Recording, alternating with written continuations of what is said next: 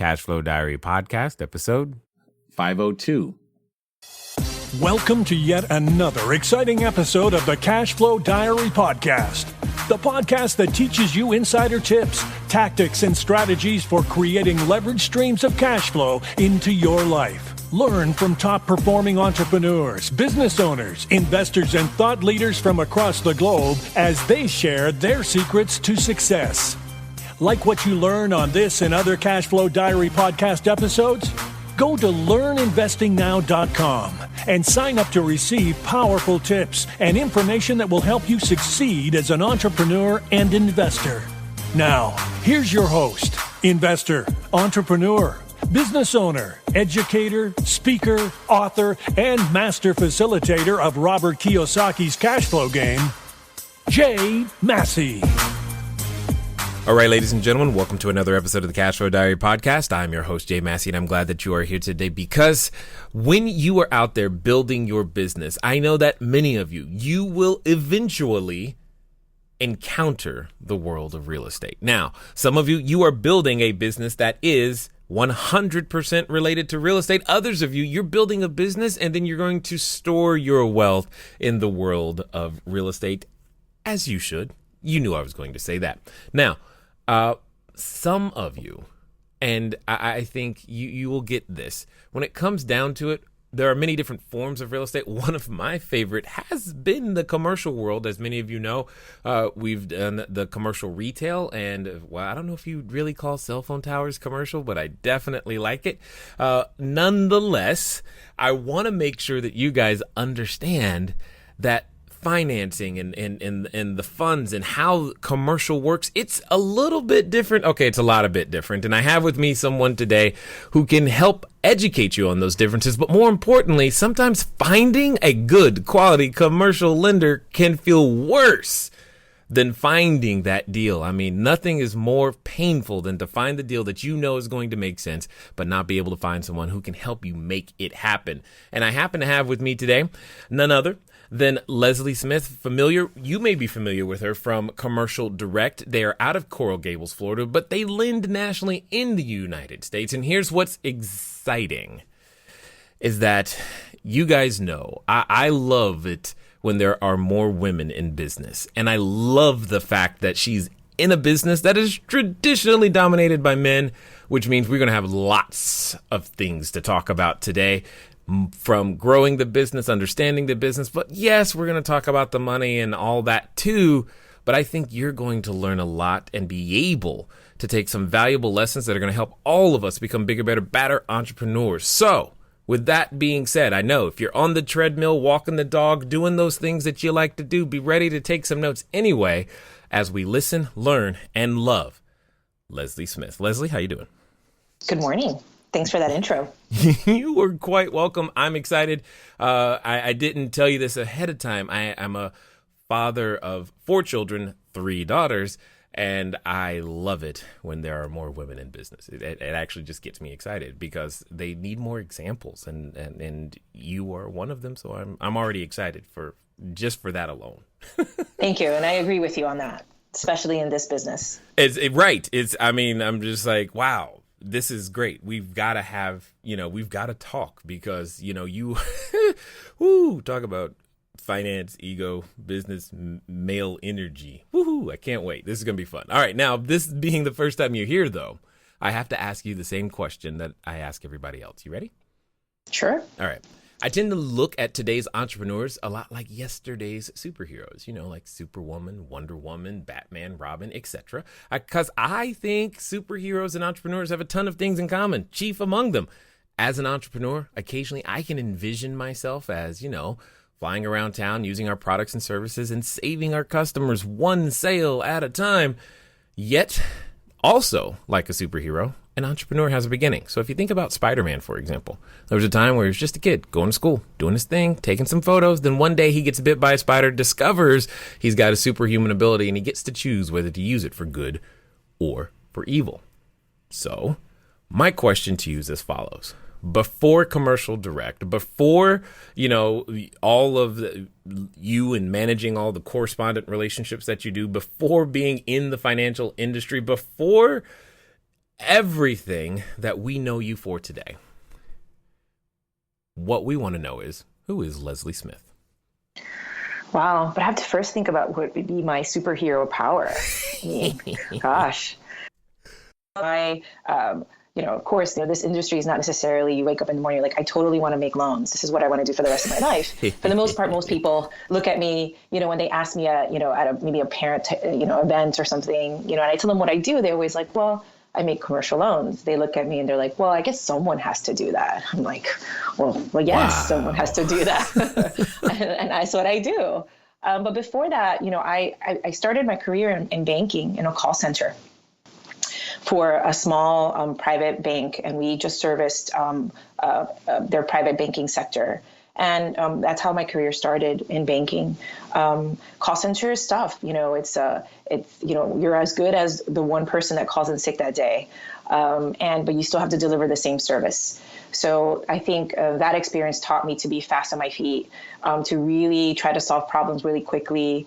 And I think maybe, I think I know what my superpower is, which is spidey sense. And I think is just about, really, adjusting and listening to the other person on the other side and saying, okay, how do I, make the situation better? What does this person really need? So banking. And from there, I went from a call center agent to managing the group.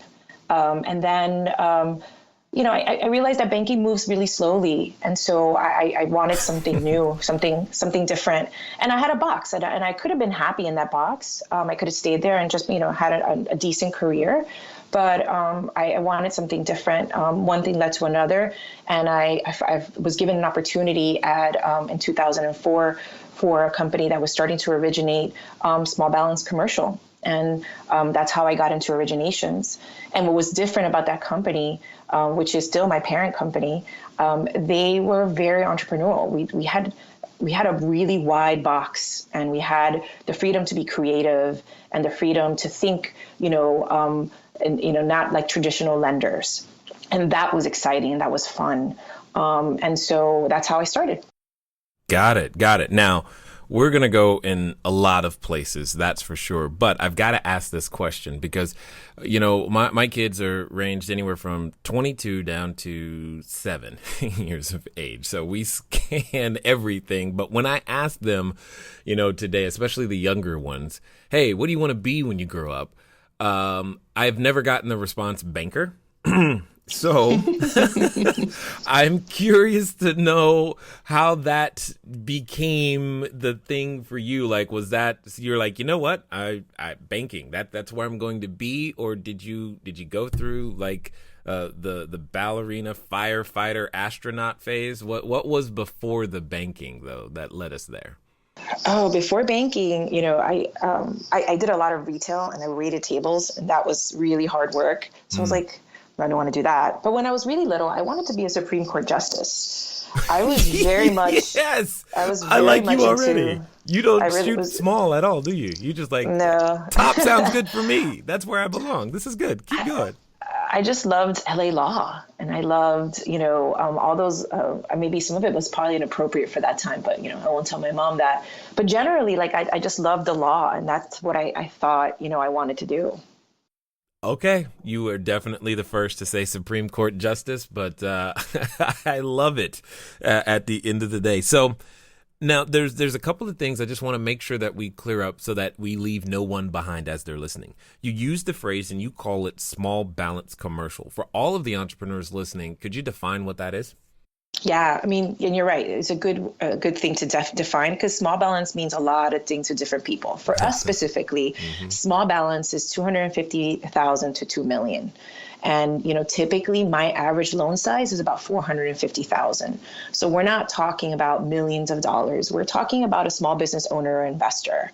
That's our target market. And I want to underscore for everyone.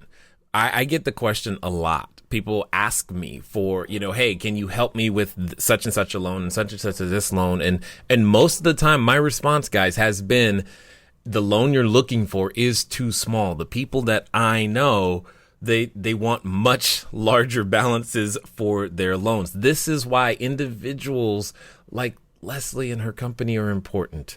is because they fill this gap in this what she said, 250 to 2 million, that it can be very, very challenging to find. So hopefully you're getting a little bit more excited about that. Now, you said something else that we have to dig into, because I think the financial industry, specifically banking and definitely lending, you guys take a lot of heat for being very rigid in terms of what you can and can't do, how it works, etc.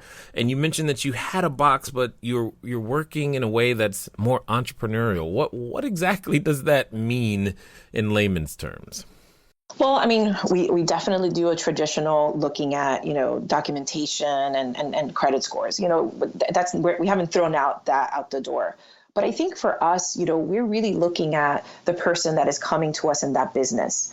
If you have a person that's coming to you for a loan and they've made it through a recession, and their story of continuing their business and not, having to lose their shirt during the recession, that says a lot about a person to continue to be committed and see it through. So for us, yes, we use tons of data and third party to make a formal credit decision, but equally as important is that person on the other side. Because you need to know the character of that person. You need to understand, what motivates them. What is the purpose of what you're trying to do? And if you're aligned, that's another way of you understanding whether this person's going to repay or not. It's important. So yes, you can, go through just putting stuff in a model in a computer and it's spitting out a response of a yes approved or no declined. But I think that's where financial institutions are short-sighted. They're missing an opportunity of someone that's really a really strong borrower. Yeah, totally 100%. Now, what other things and other than maybe experience history, or you guys, would you consider yourselves unique at looking at? We also, don't look at just tax returns. We have other ways of making sure that someone, how healthy their business is. I think for us, tax returns are a snapshot in time, but it doesn't necessarily tell you about all the other things that happen, the macro impacts, and how that person's running their business day to day. So we found other ways to kind of really look at the health of the business, what's their income, are they making money? And, and a tax return is just one way, but we have other ways of actually getting to that data and getting to that information. So let's talk for a second to the entrepreneurs that are listening that are, let's say they're more at the beginning. They're looking at, what, I'm ready to go and take on, maybe they wanted to take on their first commercial property, or maybe they're taking on their first business in general. You've looked at, I'm just going to say, more than one application. This is not your first rodeo. What do you see out there that a lot of people could do better to increase their probability of being able to get access to the financing that they're looking for? Really not being afraid of what their story is. I think a lot of people, one, they need to know what their objective is. Are you, is this something, are you increasing your wealth? And this is why you're investing in these properties. If you are refinancing and you want to take out equity from your property to reinvest in your business, can you tell us? What is it really that you're going to reinvest? What is your expected outcome? So it's more of really understanding what you want to do with that loan that you supposedly want. That's really, really important. And a lot of folks come to us and don't really have a good response. They don't know necessarily like what they're going to do next. They've only thought about getting the loan. But now, okay, what's after that? And for me as a lender, very important to know after. What happens after? Got it. So what would you say then is the top 3 reasons why someone who's seeking financing, especially in a new situation, what's the top 3 reasons for your declines? Besides practically speaking, a credit score. Yes. I think that after that is really the inconsistencies in their story, and what they want to do does not jive with the documentation that we're looking at. And we're not talking about, like, our borrowers are not perfect. They don't have the best accountants. They don't necessarily document everything, and that's okay. But what we're trying to do is say, okay, we received this paper from here, we pulled a third-party report, and this is your story. And you know what? It kind of all makes sense. It's not in an orderly way. It's not the way a bank would want a full credit file. and we're comfortable with that. But we're looking for consistency.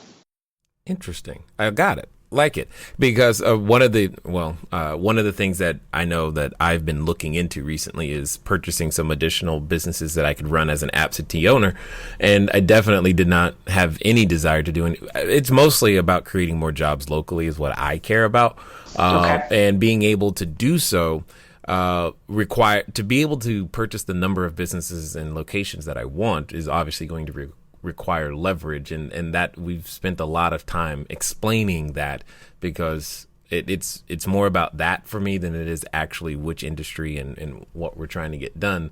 I can understand why the story matters. So I'm curious to know, though, when it comes to working in the world of finance, I mean, obviously it's competitive, and you've been through a thing or two. You've been through a recession yourself, so to say. I mean, and it takes something to survive all of those things. What I would really love to know is, what challenges do you think you've had or do women face specifically, on top of everything else that already has to be dealt with just to make it specifically in the financial world? I think one is, like you said it when you introduced me, it's just kind of the example of someone already there. If you don't see someone already there and actively within your firm or within the industry being successful, being respected, and generally being happy with what they do, it's really hard to kind of step into that world if you don't have an example of like, well, you know what, like at least, she's doing it. She seems to be happy. People respect her. I think that's really, really important. And that's really what's lacking. I mean, I go to conferences and I go, and I do different things, and it's, I'm very much the minority in that group. And even, my own friends, like, they sometimes they're not that extra leap of pushing their career forward because they don't see themselves in that next tier of management or executive management. Yeah, well, I'm partly asking this because being an African American male, when I have gone to the commercial world, it is often assumed that I am not the principal, I am not the owner, and it's I find it challenging and sometimes downright infuriating. Like, why could I not be? Why are you you're actually talking to my executive assistant? You don't realize this right now, but that's okay. And having to deal with those things, and I've experienced it more in the commercial world than others. And I'm just wondering if you've ever felt like you're looked past and just not something, and how have you dealt with that? I think people are surprised when I walk in a room for different reasons, like my name. So I don't necessarily look like a Leslie Smith. One. The second thing is, I stopped taking it personally because I think I see it as an opportunity to open their minds about what's possible. Right. I also, as a woman, I think that I've been able to just, listen a little bit more and walk into a room and have that spidey sense and adjust my behavior. And some people may say, well, that's kind of like, well, why? You're like giving in. I'm like, no, because ultimately I'm going to get what I need and what I want. Maybe that day is not the day, but I'm going to come back, and you're going to see me here again, and we're going to do what needs to get done, that I know needs to get done. So, like, it's for me, it's always been an education of others. I've been lucky where I personally have not gone through major conflict. There's been conflict, but nothing that I can say compared to others. But I think that it happens all the time. And I've come to a point where I take it as an opportunity to educate about who I am and how I got here. And then for them to see past that and see that I earned this seat and I'm running a successful business. And let's talk about why we're here. Yep. Totally agree. Love it 100%. So when it comes down to, making business happen, what are, I guess, some of the things that you would consider, because we all grow through this process. What were some of those early challenges, just in general, that you think every entrepreneur faces? How did you overcome them? what could someone take away from the lessons that you've learned? Hello there, entrepreneur. This is Jay Massey. I know that if you've ever gone over to the site, cashflowdiary.com, you may have asked yourself, where on earth do you get a domain name from? Especially as you are beginning to build your bigger, better, badder business, you need a web presence. You need the email address. You need a way for people to contact you electronically so that you can stop doing the @gmail.com game. Well, the good folks over at GoDaddy have definitely supplied us with every domain that we have ever used. So what I want you to do is I want you to go over to trygodaddy.com/cashflow diary. Again, that's trygodaddy.com/cashflow diary, because it's a quick way for you to get set up to capture your domain name the exact way that you want it. They got easy search functions, and most importantly for you is that you'll be up and running today. As I said, once you get started, stay started. Don't let small little obstacles of how to get your own domain name going stop you. So again, go to trygodaddy.com/cashflow diary, and let's get back to the rest of the story. I think one is hiring the right team. The people. Oh, girl, preach. Say that again. Because I think, hiring slow and firing fast is one of the things that I think is really important. And if you're an entrepreneur and you can't, you have the luxury of hiring a couple of layers of people, then you have to hire unicorns. You have to hire people that can do a lot of different things and do it well, because you don't have the luxury of spending a lot of money on bodies. So I think one of those things is it's partnering and surrounding yourself with a strong group of people is so critical to your success. And people that are going to be honest with you, they're not going to yes you, and they're going to really speak their mind in a respectful way, but just really speak that's who you want to surround yourself with. I would say the other thing is just, also not being very focused in your industry only, and not paying attention to what's happening in other industries. Because, hold on. What do you mean? Help me understand that. Unpack that a little bit.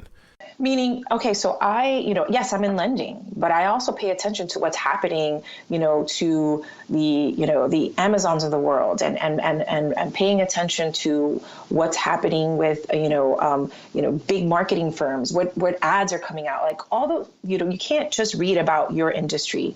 These other companies are being very creative, and that might spark an idea that you may be able to take into and then massage it into your own industry. So not just focus on who are your direct competitors, what's happening in your industry, but look up and look at what else is happening just in business, in entertainment. It really makes you much more of a freer thinker.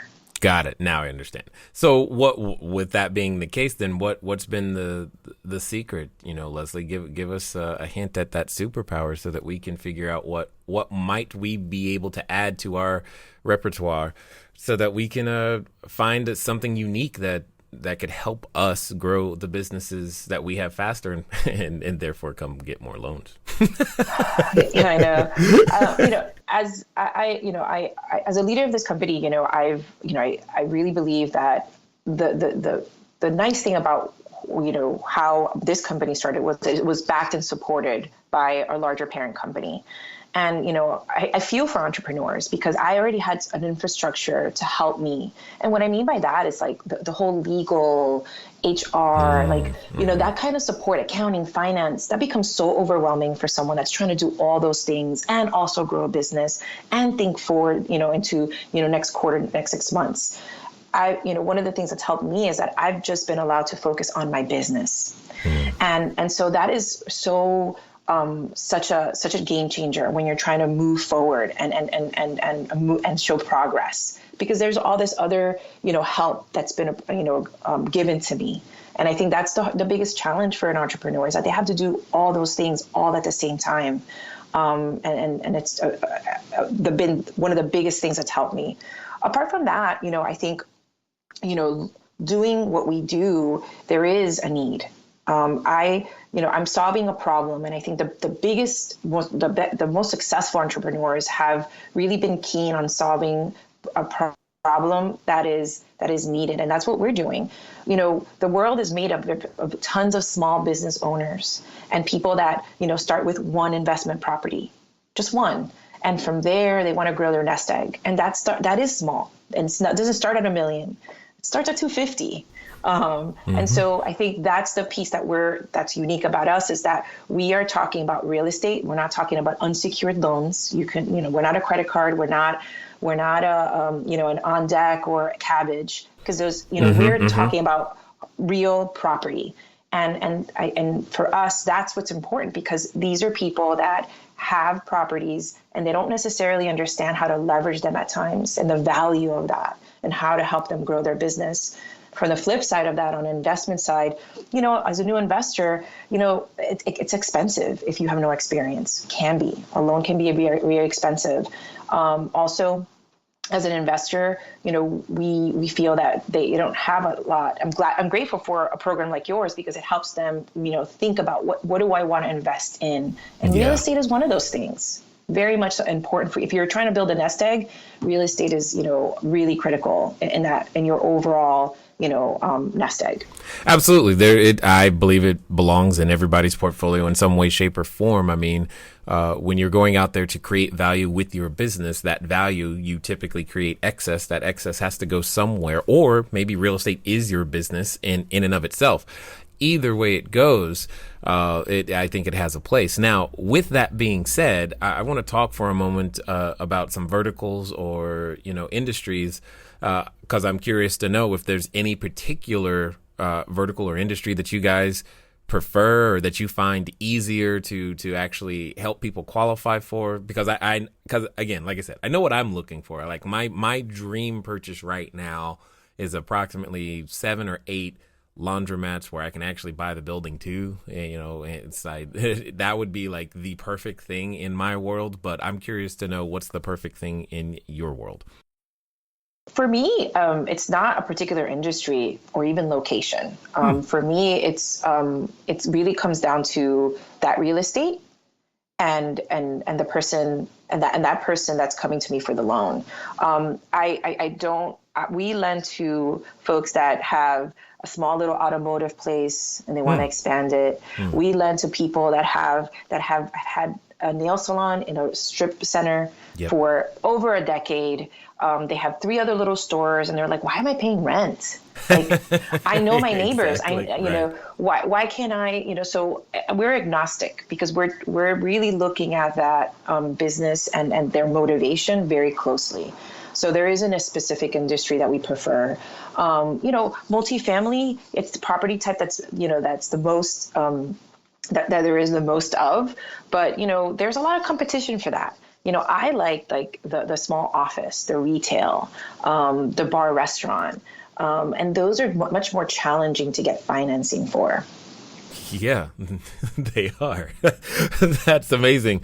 You're building a business around what is, like I said, very, very difficult to find for a lot of people. So what motivates you to take on the challenge? Like, I think you have a double challenge. One, not a lot of people know how to find such, your type of financing. And then you're like, but I'm over here. And then you have to go find the unique people who are actually looking for that. I think that's got to be a challenge. That's our biggest challenge. Our biggest challenge, making the loans, that's not, it's hard work. It's thoughtful work, but it's not impossible. What's harder is to find, get your name out there and say, hey, you know what? You want to buy that retail strip mall? We're here. Or even one of the most surprising things, you have we see a lot of doctors, dentists, chiropractors. They've been in the same office for 20 years, and they never thought about buying that real estate. And I'm always so surprised by that. They've been running a successful business, but they never thought about investing in themselves and actually purchasing that office. And I'm always excited by also, finding a bar in the most, random places. And we're still trying to find that flow. We're trying to get our name out there and make sure that people are like, hey, we're here and we want to hear your story. If you were declined by a traditional lender, please, don't give up. continue and pursue, what your objective is. And we may be able to help you to do that. Okay. So I'm going to throw something creative at you. You ready? Sure. All right. So I happen to know and am one of those people who getting creative with the use of apartment buildings, right? And turning a lot of them into more short-term rentals or using single-family houses in a very similar way. Obviously, when we do that, we produce a significantly higher amount of gross revenue than what the traditional rent would be. We've been doing it for a number of years. Many of our students have now been doing it for a number of years, and it's awesome. It does great. Yet, when we go to buy the property, we're having trouble finding that financing simply because the use is slightly different than what most people are used to. Now, we've had some insurance companies step up to the plate, some non-traditional stuff, but, those interest rates can be a little bit punishing, and there's terms have only been, 24 months-ish, and I'm like, that doesn't really work. So how would you tackle something like that? So, yeah, I mean, we're generally, like, our loans are 5 years. That's typically our bar. They're in for 5. So we're not doing short term. That's fine. Those tend to be expensive. So okay, so for us, it's not use. We've seen quite a bit of that. We've seen when we've seen people, and when we look at what their rents are versus what the market says it's supposed to be, there's a really big disparity because you are charging a premium. Yep. What's challenging for us, which we're trying to create, think very creatively in 2019, is how do we balance that? How do we balance the revenue that's coming out of those rents versus what the market is telling us it's supposed to be? And so from our perspective, as we're planning for 2019, that's the product that we're trying to develop. We're trying to make sure that we, from a risk perspective, can get comfortable with income that's much higher than what typically, let's say they stop, you stop, doing that business and you just have to rent it regularly. Right. How do we get comfortable with that disparity?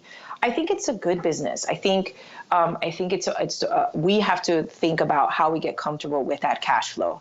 Separately, the other thing that we're trying to pay attention to is we're looking at, how cities and municipalities are adjusting to the Airbnb world. I think that's another concern for us. So those are the two buckets that I think if we, as we talk about product development for 2019, there are certain markets that I'd like to pilot and test in that are, that I think would be successful. But I need the powers that be to say, yeah, you know what, let's test that. How do we get comfortable with that? But then we're also, from a legal perspective, we're looking at, okay, how is Airbnb faring, in certain markets? Are the rules kind of closing in on them? Would that impact this type of lending? And these are the conversations that I'm definitely looking to start with more and more lenders because, again, in the same way that Amazon is a marketplace for a lot of retail consumers and customers, it's not the only source of. It's just not their only source of customers. We have multiple sources of customers. Airbnb is just the one that everybody knows. And ultimately, because in our perfect world, what happens is we acquire that customer, sure, via Airbnb first. But what ends up happening is that they end up coming direct, and it's that direct business, and it's many different various sources, just like your commercial retail place. I mean, they've got many different marketing channels in order to get that customer through the door, and it's literally no different. I mean, I think there's a whole lot of white space there and strong opportunity for the individual or individuals who figure out how to get us the financing for the properties that we want to buy. I mean, because the NOIs and debt service coverage ratios that we can put together are they're pretty good. and we recognize that because we see that in our normal course. And so as we plan for 2019, I mean, it is November, part of our product development is that. And so we have a couple feelers out there, and we're trying to figure out from a credit perspective and risk perspective, how do we get comfortable with that cash flow? And then from a legal perspective, how do we, what's out there, how do we feel about it, and how do we solve for it? Yeah. So that for us is definitely in queue for we see it as an opportunity from a product development. Now let's kind of figure out how do we, from a risk perspective, we get comfortable.